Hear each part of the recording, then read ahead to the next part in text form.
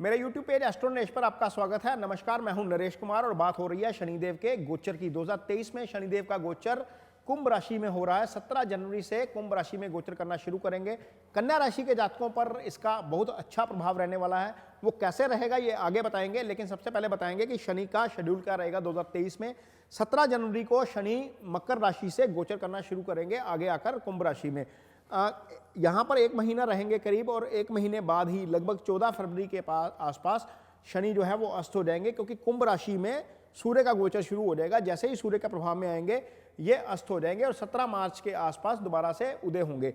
तो इसके बाद शनि जो है वो 17 जून को एक बार फिर से वक्री हो जाएंगे। वक्री होने के बाद 4 नवंबर को मार्गी होंगे।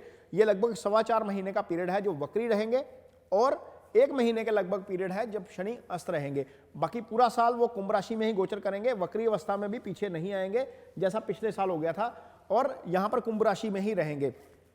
तो कुंभ राशि में गोचर करते वक्त कन्या राशि के जातकों पर इसका कैसा असर रहेगा ये जानने की कोशिश करेंगे। कन्या राशि के लिए जो कुंभ राशि है वो 6ठे भाव में बनती है। तो पाप ग्रहों का जो गोचर होता है वो 3, 6, 11 का अच्छा होता है। एक तरीके से शनि का 6ठे भाव में गोचर कन्या राशि के जातकों के लिए बहुत अच्छा है। वो कैसे अच्छा है? क्योंकि शनि पहले पंचम भाव में गोचर कर रहे थे। पंचम में जब शनि गोचर करते हैं तो सामने 11वें भाव को डिस्टर्ब कर देते हैं। 11वां भाव आय का भाव होता है, वहां से शनि की दृष्टि हट जाएगी।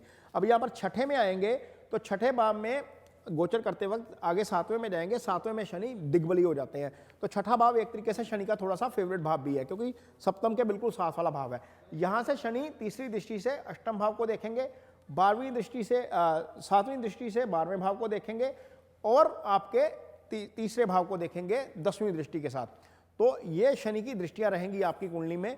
आपको राहत कहां मिल रही है? आपको राहत ये मिल रही है कि यदि आपकी शादी होने वाली थी, यदि आपके घर पे संतान आने वाली थी, वहां पर बाधा हो रही थी, क्योंकि शनि पंचम में बैठकर 7वें को डिस्टर्ब कर रहे थे। 7वां भाव शादी का भाव होता है, वहां पर शनि की दृष्टि वो शादी को लटका देती है। 5वां भाव रिश्ते का भी भाव होता है, 5वां भाव संतान का भी भाव होता है। यदि आप शादीशुदा हैं, संतान की प्लानिंग कर रहे थे, वहां पर डिले आ रहा था, वो चीज हट जाएगी। ये आपके लिए एक तरीके से अच्छा है। ये गोचर इसलिए अच्छा बताया जा रहा है।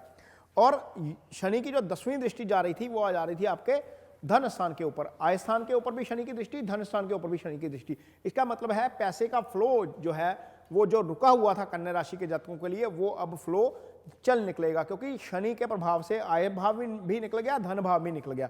तो जब ये दोनों भाव शनि के प्रभाव से निकल गए तो आपके लिए आय, धन, संतान और शादी, ये 4 जिंदगी के सबसे अहम पहलू होते हैं। यहां से शनि का प्रभाव हट जाएगा। तो ये गोचर आपके लिए बहुत एक तरीके से अच्छा रहने वाला है।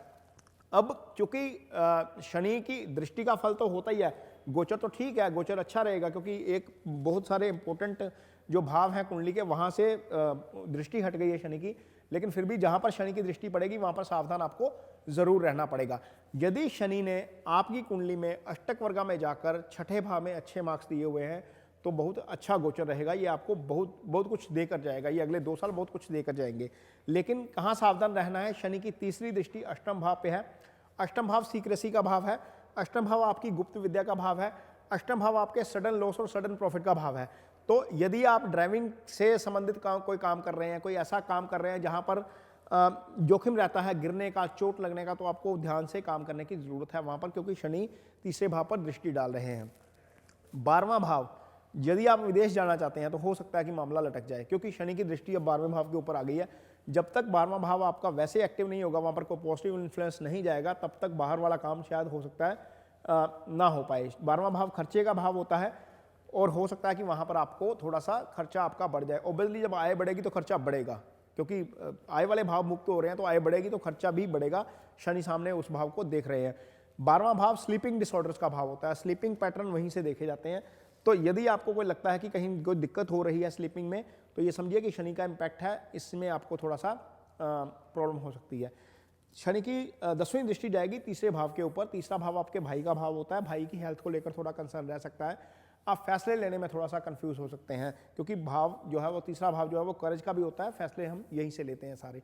तो इन चीज़ों को लेकर थोड़ा सा ध्यान रखने की जरूरत पड़ेगी। बाकी शनि का उपाय कोई करने की आपको बहुत ज़्यादा जरूरत नहीं है, यदि आपकी कुंडली में शनि की महादशा नहीं चल रही या अंतर्दशा नहीं चल रही।